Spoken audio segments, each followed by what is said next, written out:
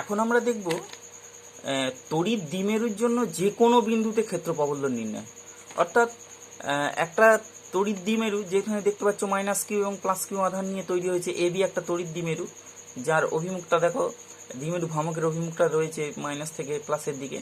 এখন এই তড়িৎ দ্বিমেরুটার যে কোনো বিন্দু, আগে ছিল অক্ষ বরাবর, আগে ছিল লম্ব সমদ্বিখণ্ডক বরাবর, এখন যে কোনো বিন্দু, সেটা যে কোনো বিন্দু, আমি এখানে ডি বিন্দু একটা যে কোনো ধরে নিয়েছি, যেখানে এই ডি বিন্দুটা দ্বিমেরুর সঙ্গে থিটা অ্যাঙ্গেল করে এই সরলরেখাটা অবস্থান করছে, মানে এই যে ওডি সরলরেখাটা থিটা অবস্থান করছে।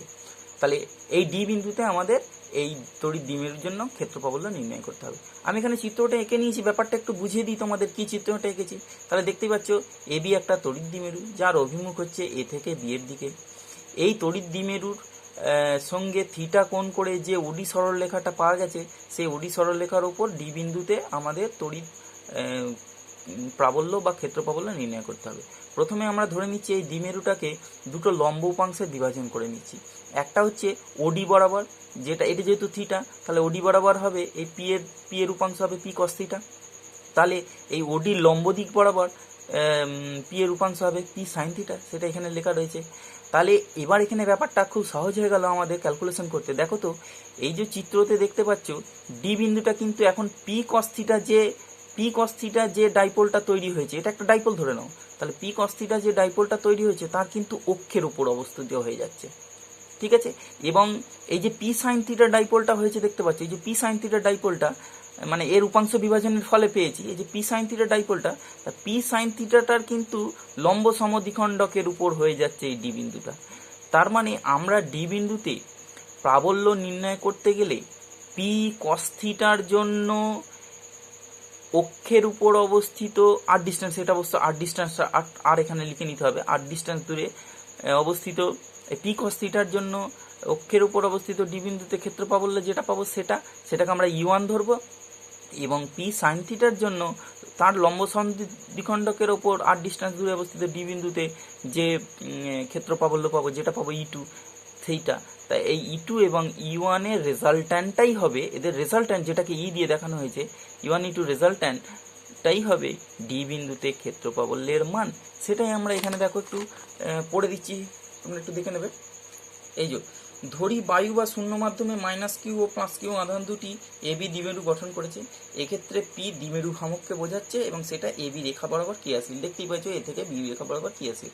এবার দ্বিমেরুর মধ্যবিন্দু ও থেকে আর দূরত্বে ডি বিন্দুতে ক্ষেত্র প্রাবল্য নির্ণয় করতে হবে। ধরি ওডি সরলরেখা দ্বিমেরুর সহিত থিটা কোণে আনত, আর এর তুলনায় দ্বিমেরুর দৈর্ঘ্য উপেক্ষণীয়। এখানে ধরে নিতে হবে যে দ্বিমেরুটা খুব ক্ষুদ্র। এখন পি কে দুটি উপাংশে বিভাজন করলে ওডি বরাবর উপাংশ হবে পি কস থিটা এবং ওডি এর লম্ব বরাবর উপাংশ পি সাইন থিটা। অতএব ডি বিন্দুটি পি কস থিটার অক্ষের উপর অবস্থিত, যেটা বলছিলাম যে অক্ষের উপর অবস্থিত, একটু দেখিয়ে দিচ্ছি ব্যাপারটা। হ্যাঁ, এই যে ডি বিন্দু পি কস থিটার অক্ষের উপর অবস্থিত, এবং ডি বিন্দুর জন্য প্রাবল্যটাকে আমরা ই1 ধরেছি ওইদিকে, যার অভিমুখ হবে ডিটি বরাবর, এই যে ডিটি বরাবর বা ওডি বরাবর। এবং অন্যদিকে ডি বিন্দুটি পি সাইন থিটা এর লম্ব সমদ্বিখণ্ডকের উপর অবস্থিত, এবং পি সাইন থিটা এর জন্য ডি বিন্দুতে প্রাবল্যটাকে ই2 ধরা হয়েছে, যার অভিমুখ হবে ডিএস বরাবর, এই যে ডিএস বরাবর। এদের রেজাল্ট্যান্টটা বের করতে পারলেই আমরা ই পেয়ে যাব, এবং সেটাই হবে ডি বিন্দুতে ক্ষেত্র প্রাবল্যের মান। ঠিক আছে, তাহলে ক্যালকুলেশনটা একটু হিসাব করা যাক। দেখো এখানে দেখে নাও, এই যে ডি বিন্দুতে তাহলে লব্ধি প্রাবল্যটা কি হবে, ই ইজিক্যাল টু ই1 প্লাস ই2, অর্থাৎ ই1 ই2 ভেক্টর সমষ্টি হয়ে যাবে ই বিন্দুতে লব্ধি প্রাবল্য, এবং এর মান কি হবে, E equal to under root of ই1 স্কোয়ার প্লাস ই2 স্কোয়ার। কারণ এখানে এই যে ভেক্টর দুটো কাজ করছে, দেখো পুরোপুরি 90 ডিগ্রি অ্যাঙ্গেলে কাজ করছে, সেই জন্য দুটো ভেক্টরের সমষ্টির হোল স্কোয়ার আকারই পাবো, মানে এই ফিগারে পাবো আর কি। ভেক্টর দুটোর হোল স্কোয়ারের সমষ্টির বর্গমূল হিসাবে আমরা এই পেয়ে যাবো। এখন ই1 ই2 মানটা আমরা আগে যে এন্ড অন পজিশন বা বর্ড সাইড, এটাকে বলা হয় বর্ড সাইড অন পজিশন, তাহলে N1 পজিশনের জন্য যে মান পেয়েছি সেটা আমি ক্যালকুলেশন করে তোমাদের দেখিয়েছি, তোমাদের দেখাচ্ছি। দেখো আরেকবার ঠিক এই যে দেখতে পাচ্ছ যে আমরা দেখিয়েছিলাম যে এই পজিশনে, এবং খুব যদি আর এর মানটা যদি খুব কম হয় তাহলে সেটা হচ্ছে ই ইজিক্যাল টু 2 ইন্টু ভ্রামক 2 ইন্টু দ্বিমেরু ভ্রামক by 4 pi epsilon 0 R Q. তাহলে আমাদের এটাকে আমরা তো এটা কার, তাহলে এখানে E1 যেটা ধরা হবে, তাহলে এখান থেকে E1 পাবো, পাতাটা উল্টে নিচ্ছে একটু। তাহলে এখান থেকে আমরা E1টাকে এর সঙ্গে ট্যালি করে, আগেরটার সঙ্গে ট্যালি করে পাবো E1 is equal to q divided by E1 equal to 2p। তাহলে 2p তো নেই এখানে, p এর বদলে রয়েছে p cos থিটা। এখানে কিন্তু এখন p নেই, p এর বদলে p cos থিটার জন্য আমরা বের করছি, আমরা এখানে p cos থিটার জন্য বের করছি, মনে রাখতে হবে এটা হচ্ছে p cos থিটার জন্য। তাহলে এখানে হবে 2p cos theta divided by 4 pi epsilon 0 R cube, বোঝা গেল। এবং ঠিক একইভাবে আমরা E2টাকেও বের করতে পারবো, এবং E2টা হবে ওই আগে যেটা বের করা হয়েছিল, E2টা আমরা লম্ব অবস্থানের জন্য বের করেছিলাম যেটা, সেইভাবে বের করব যে p ডিভাইডেড বাই, সিম্পল তখন ছিল p divided by 4 pi epsilon 0 R Q. তাহলে সেটা আমরা বের করব, এখানে তো p নেই, এখানে p এর বদলে রয়েছে p sin থিটা। তাহলে p sin theta p sin theta divided by 4 pi epsilon 0 R cube. ঠিক আছে, এটা E1 E2 ওই সিমিলারিটি থেকে পেয়ে গেলাম। তাহলে এখান থেকে আমরা E পেয়ে যাব, অতএব E is equal to under root of এটার হোল স্কোয়ার, এবং ক্যালকুলেশনটা করলে যেটা দাঁড়াবে সেটা আমি একটু দেখিয়ে দিচ্ছি। দেখে নাও, এখানে ক্যালকুলেশনটা আমি করেছি, বসিয়েছি যে 2p cos theta by 4 pi epsilon 0 R cube whole square plus p sin theta by 4 pi epsilon 0 R Q এর হোল স্কোয়ার। এখন উভয় পক্ষ থেকেই দেখো p by 4 pi epsilon 0 R Q এর হোল স্কোয়ার কমন চলে এলো, তাহলে এখানে পড়ে থাকছে 2p তার হোল স্কোয়ার, মানে সেটা ভেঙে নিলে 4 cos square theta plus sin theta তার হোল স্কোয়ার, তাহলে sin স্কোয়ার থিটা। তাহলে এখানে দেখো p by 4 pi epsilon 0 R Q এর whole square into 4 cos square theta, sin square থিটাকে আমরা লিখে নিয়েছি 1 মাইনাস cos স্কোয়ার থিটা। তাহলে এটা হোল স্কোয়ারের জন্য বাইরে চলে এলো p by 4 pi epsilon 0 R Q, আর এখানে রুটের মধ্যে থেকে গেল 4 cos স্কোয়ার থিটা, থেকে cos স্কোয়ার থিটা বাদ গেলে 3 cos স্কোয়ার থিটা প্লাস 1। এটাই হবে আমাদের এই ডি বিন্দুতে তোমার ক্ষেত্রফলের মান। ঠিক আছে, এটা আমাদের ক্যালকুলেশন পেয়ে গেল। এবার এটা মান পাওয়া গেল, এতে যেহেতু ভেক্টর রাশি, তাহলে এখানে তো আমাদের রেজাল্ট্যান্ট ভেক্টরটা অভিমুখ বের করতে হবে। ধরে নিলাম যে রেজাল্ট্যান্ট ভেক্টর ডিটির সঙ্গে ফাই কোণ করে আছে, দেখো এই যে ডিটির সঙ্গে ফাই কোণ করে গেছে, এই যে ডিটির সঙ্গে ফাই কোণ করে আছে ধরে নিলাম। তাহলে অভিমুখটা হবে যে ই এর অভিমুখ ডিটি এর সহিত ফাই কোণে থাকলে কি লেখা যাবে, যে ট্যান অফ ফাই সমান ট্যান ফাই নিলে, এই যে দেখতেই পাচ্ছ যে এখানে ট্যান ফাই নিলে এর যদি ট্যান থিটা সমান লম্ব বাই ভূমি, তাহলে লম্ব এটা কত E2 আর ভূমি হচ্ছে E1, তাহলে E2 বাই E1, এবং E2 মান E1 এর মান বসালে এটা হয়ে যাবে হাফ ট্যান অফ থিটা, এটাই হয়ে যাবে অভিমুখ। আমরা এইভাবে মান এবং অভিমুখ দুটোই বের করে নিতে পারবো। এখন এখানেও বিশেষ ক্ষেত্র রয়েছে, এখানে বিশেষ ক্ষেত্র একটু আলোচনা করে নেওয়া যায়। বিশেষ ক্ষেত্র এখানে কিন্তু এগুলোকে আলোচনা করে নেওয়া যাবে কিরকম, যে যদি ডি বিন্দু প্রান্তে থাকলে, অর্থাৎ এখানে যে ডি বিন্দুটা, এই ডি বিন্দুটা যদি একদম এই অক্ষ বরাবর এইখানে থাকতো, তাহলে তখন দেখো এই সরলরেখার সঙ্গে এর ডাইপোলের অ্যাঙ্গেল হয়ে যেত তখন কি 0 হয়ে যেত। তাহলে প্রান্তে থাকলে থিটা তখন হয়ে যেত 0 ডিগ্রি, অতএব কস থিটা তখন হয়ে যেত, কস থিটা সমান 1 হয়ে যেত। তাহলে এই সমীকরণ থেকে আমরা পেয়ে যেতাম এটা 1, তাহলে 3 + 1 4 √2 হয়ে যেত। তাহলে তখন আমরা পেয়ে যেতাম যে is equal to p by 4 pi epsilon 0 R q √3 × 3 + 1 সমান, এখান থেকে 2 বেরিয়ে আসবে, তাহলে 2p by 4 pi epsilon 0 R Q, তাহলে এটা পেয়ে যেতাম। এবং যদি ডি বিন্দু লম্ব সমদ্বিখণ্ডকের উপর থাকতো, তখন থিটা হয়ে যেত 90 ডিগ্রি। লম্ব সমদ্বিখণ্ডক মানে বুঝতে পারছি এইটা এই বরাবর থাকতো, তাহলে তখন থিটা এইটা ঘুরে এরকম ভাবে যেত, তাহলে 90 ডিগ্রি হয়ে যেত, থিটা তখন 90 ডিগ্রি হয়ে যেত। এবং cos থিটা তাহলে cos 90 ডিগ্রি সমান তখন কি দেখাতো, cos 90 0, এবং তখন ই হয়ে যেত এখানে 0 বসে যেত, এটা পুরো 0 বসে যেত, এবং সেটা 1 হয়ে যেত। তাহলে p divided by 4 pi epsilon 0 R q, যেটা আমরা আগে বের করেছি তার সঙ্গে কিন্তু মিলে যাচ্ছে। এটা জেনারেল থেকেও কিন্তু আমরা এইভাবে আসতে পারবো। এখন আমরা দেখে নেব এই যে সুষম তড়িৎ ক্ষেত্রে অবস্থিত একটি তড়িৎ দ্বিমেরুর উপর ক্রিয়াশীল টর্কের হিসেব করব। আমি এখানে একটা চিত্র অঙ্কন করেছি, দেখো একটা সুষম তড়িৎ ক্ষেত্র, যার ই হচ্ছে ক্ষেত্র প্রাবল্য, তড়িৎ ক্ষেত্র প্রাবল্য ই, এই যে তীর চিহ্ন দিয়ে দেখানো হয়েছে এটা সুষম তড়িৎ ক্ষেত্র। তাতে একটা ডাইপোল রাখা রয়েছে যেটা হলো এবি ডাইপোল রাখা রয়েছে, এবং এই এবি ডাইপোলটা তড়িৎ ক্ষেত্রের সঙ্গে থিটা অ্যাঙ্গেলে রাখা রয়েছে। এখন এই এবি ডাইপোলে যে দুটো আধান প্লাস কিউ আধান এবং মাইনাস কিউ আধান রয়েছে, সেই প্লাস কিউ আধান এবং মাইনাস কিউ আধানের ওপর ই প্রাবল্যের জন্য, তড়িৎ প্রাবল্যের জন্য বা ক্ষেত্র প্রাবল্যের জন্য যে বল পড়বে সেটা হচ্ছে প্লাস কিউ আধানের উপর যে বল পড়বে সেটা হচ্ছে কিউ ই আধান ইন্টু ক্ষেত্র প্রাবল্য, এবং মাইনাস কিউ এর ওপর মাইনাস অফ কিউ ই। তাহলে এই দুটো আধানের ওপর বিপরীত অভিমুখে, সম্পূর্ণ বিপরীত অভিমুখে, একটা হচ্ছে তড়িৎ ক্ষেত্রের অভিমুখে আর একটা তড়িৎ ক্ষেত্রের উল্টো দিকে দুটো বল ক্রিয়া করছে এই ডাইপোলটার উপর, সেটা এখানে লেখা হয়েছে। দেখো, ধরা যাক মাইনাস কিউ ও প্লাস কিউ আধান 2L দূরত্বে থেকে এবি দ্বিমেরু গঠন করেছে, যার দ্বিমেরু ভ্রামক পি সমান 2QL, এগুলো সব আগে আলোচনা হয়েছে। দ্বিমেরুটি ই তড়িৎ প্রাবল্যের সুষম তড়িৎ ক্ষেত্রে থিটা কোণে আনত আছে। তাহলে ই প্রাবল্যের জন্য প্লাস কিউ আধানের উপর প্রযুক্ত বল হবে কিউই, যা তড়িৎ ক্ষেত্রের অভিমুখে ক্রিয়াশীল, মানে ওইদিকে ই এর অভিমুখে, আর মাইনাস কিউ আধানের উপর ক্রিয়াশীল বল হবে মাইনাস কিউই, যা তড়িৎ ক্ষেত্রের বিপরীত দিকে ক্রিয়াশীল, মানে উল্টো দিকে ক্রিয়াশীল। এর ফলে এই ডাইপোলের ওপর যে লব্ধি বল কাজ করবে সেটা হয়ে যাবে, দেখো তাহলে দ্বিমেরুর উপর লব্ধি বল, দ্বিমেরুর উপর লব্ধি বল, যেটাকে আমরা যদি এফ বলে থাকি, সেটা হবে kiwi minus kiwi is equal two কি 0, 0 হয়ে যাবে, লব্ধি বলটা হয়ে যাবে 0।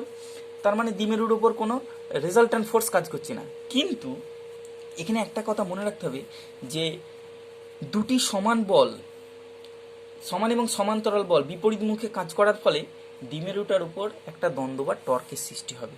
তাহলে দুটি সমান্তরাল ও বিপরীত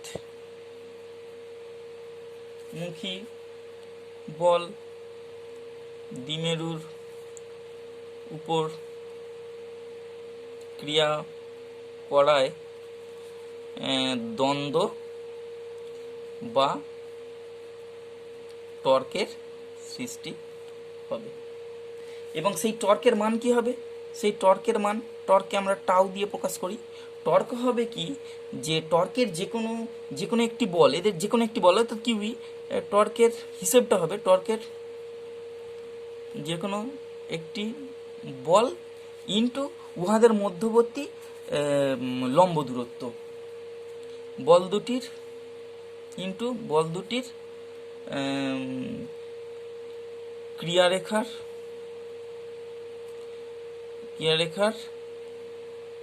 মধ্যে লম্ব দূরত্ব। তাহলে সেটা কি? সেটা হচ্ছে টর্কের যে কোনো একটি বল কি হলো কিউই ইন্টু ওদের মধ্যেকার লম্ব দূরত্ব। দেখতে পাচ্ছি যে লম্ব দূরত্বটা এসি দিয়ে চিহ্নিত করা হয়েছে, এসি, এবং এইটা যেহেতু 2L অর্থাৎ এ বি যেহেতু 2L, সেই জন্য এসিটা হবে 12 সাইন থিটা, এইটা যেহেতু থিটা, তাহলে এটা লম্ববায়ু অতিভুজ করে আমরা পেয়েছি যে 12 সাইন থিটা। তাহলে ইন্টু এসি, এখানে এসি বসে কিউ ইন্টু এসি বসাবো সমান কিউই ইন্টু 12 সাইন থিটা। তার মানে 12 কিউ, এই 12 কিউটা হয়ে যাবে আবার পি, তাহলে পি সাইন থিটা আমরা পেয়ে যাবো। তাহলে tau is equal to P E sine theta হয়েছে। তাহলে এইটাই হবে টাউ, বা যেটাকে আমরা টর্ক বলছি, টর্ক হচ্ছে পি সাইন থিটা, যেখানে ই হচ্ছে ফিল্ড, থিটা তো অ্যাঙ্গেল আগেই বলা হয়েছে, আর পি হচ্ছে ডাইপোল মোমেন্ট। এবং এর ভেক্টর রূপ যেটা হবে, তাহলে টাউ এর ভেক্টর রূপ হবে এটা ইজ ইকুয়াল টু, দেখতে পাচ্ছ পি সাইন থিটা, আমরা জানি যে দুটো ভেক্টর এইভাবে যদি সাইন থিটার আকারে থাকে তাহলে সেটা হবে এরকম ক্রস প্রোডাক্ট হয় পি ক্রস ই, তাহলে এটাই হবে এদের ভেক্টর রূপ। এবং এটাকে চিহ্নের আকারে যদি এই বরাবর ই কাজ করে এবং এই বরাবর যদি পি কাজ করে, অর্থাৎ ইপি যদি একটা সমতলে কাজ করে, তাহলে এদের সঙ্গে 90 ডিগ্রি অ্যাঙ্গেলে লম্বভাবে ওপরের দিকে টাও কাজ করবে, এটাই। অর্থাৎ এইটা তলে যদি পিই পড়ে থাকে তাহলে তার সঙ্গে এরকমভাবে উপরের দিকে থাকবে টাও। তাহলে এইভাবে আমরা পেয়ে যাব, আমরা ভেক্টর রূপটা পেয়ে যাব। এখন কি করবে, এই যে টর্ক কাজ করছে, এই টর্ক কিন্তু এই দ্বিমেরুটাকে টর্কটা ঘুরিয়ে ক্ষেত্রের অভিমুখে এইরকম অভিমুখী করে দেবে। ঠিক আছে, সবসময় চেষ্টা করবে এটাকে এইদিকে অভিমুখী করতে। এখন এইখানে আমাদের একটা বিষয় একটু আলোচনা করা রয়েছে, সেটা হচ্ছে আমরা পেলাম যে tau is equal to P E sine theta. ঠিক আছে, এখন থিটা যদি 90 ডিগ্রি হয়, স্পেশাল কেস থিটা 90 ডিগ্রি, তাহলে টাউ তখন কি সাইন 90 ডিগ্রি কত হয় 1, তাহলে তাহলে তখন টাউ হয়ে যাবে পিই হয়ে যাবে টাউ এর মান। অর্থাৎ এটাই কিন্তু সর্বাধিক মান হবে, সর্বাধিক মান কার, টর্কের সর্বাধিক মান এটা হবে। অর্থাৎ কখন হবে, যখন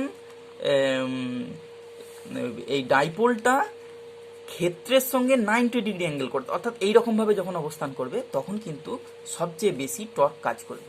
এখানে দেখে নিলাম। এবং সেটা লম্বভাবে থাকলে, অর্থাৎ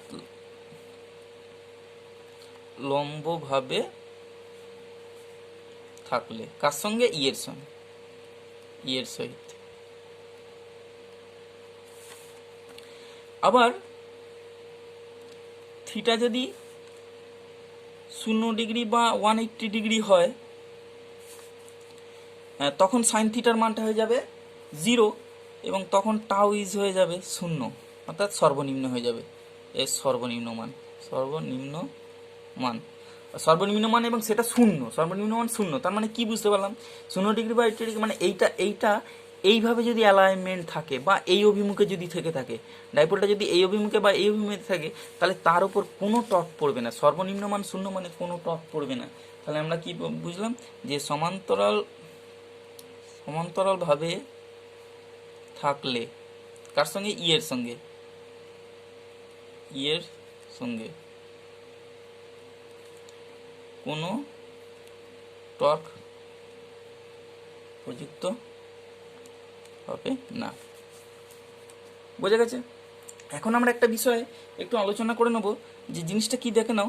এই যে আমরা বললাম টাউ সমান পিই সাইন থিটা।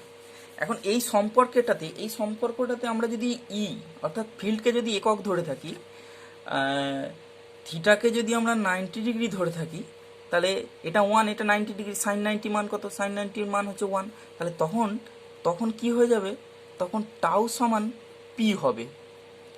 অর্থাৎ কি বুঝতে পারলাম, যে ডাইপোল মোমেন্ট বা দ্বিমেরু ভ্রামকটা তখন কিন্তু টর্কের সঙ্গে সমান হয়ে যাবে। কখন, যখন একক ইলেকট্রিক ফিল্ডে 90 ডিগ্রি অবস্থানে একটা ডাইপোল রাখা থাকবে, তখন সেই ডাইপোলের ওপর যে টর্ক পড়বে সেটাই হবে তার দ্বিমেরু ভ্রামকের মান, ডাইপোল মোমেন্টের সঙ্গে সমান হয়ে যাবে। এবং সেটাকে আমরা ভাষা দিয়ে লিখলে এইরকম পাবো, যে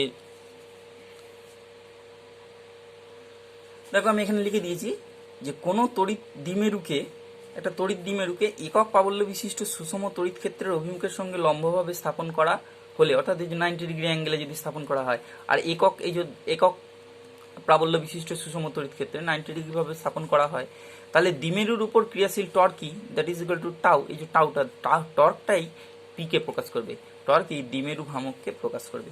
এবং এইটা কি হলো, এটা হচ্ছে টর্কের সাপেক্ষে আমরা দ্বিমেরু ভ্রামককে অন্যভাবেও প্রকাশ করতে পারি বা সংজ্ঞায়িত করতে পারি। টর্কের সাপেক্ষে আমার দ্বিমেরু ভ্রামকের সংজ্ঞা কি হবে, তখন এইভাবে আমরা সংজ্ঞায়িত করতে পারি। ঠিক আছে, আমাদের এই পর্যন্ত কমপ্লিট হয়ে গেল। তোমরা এগুলো লিখে প্র্যাকটিস করবে ভালো করে।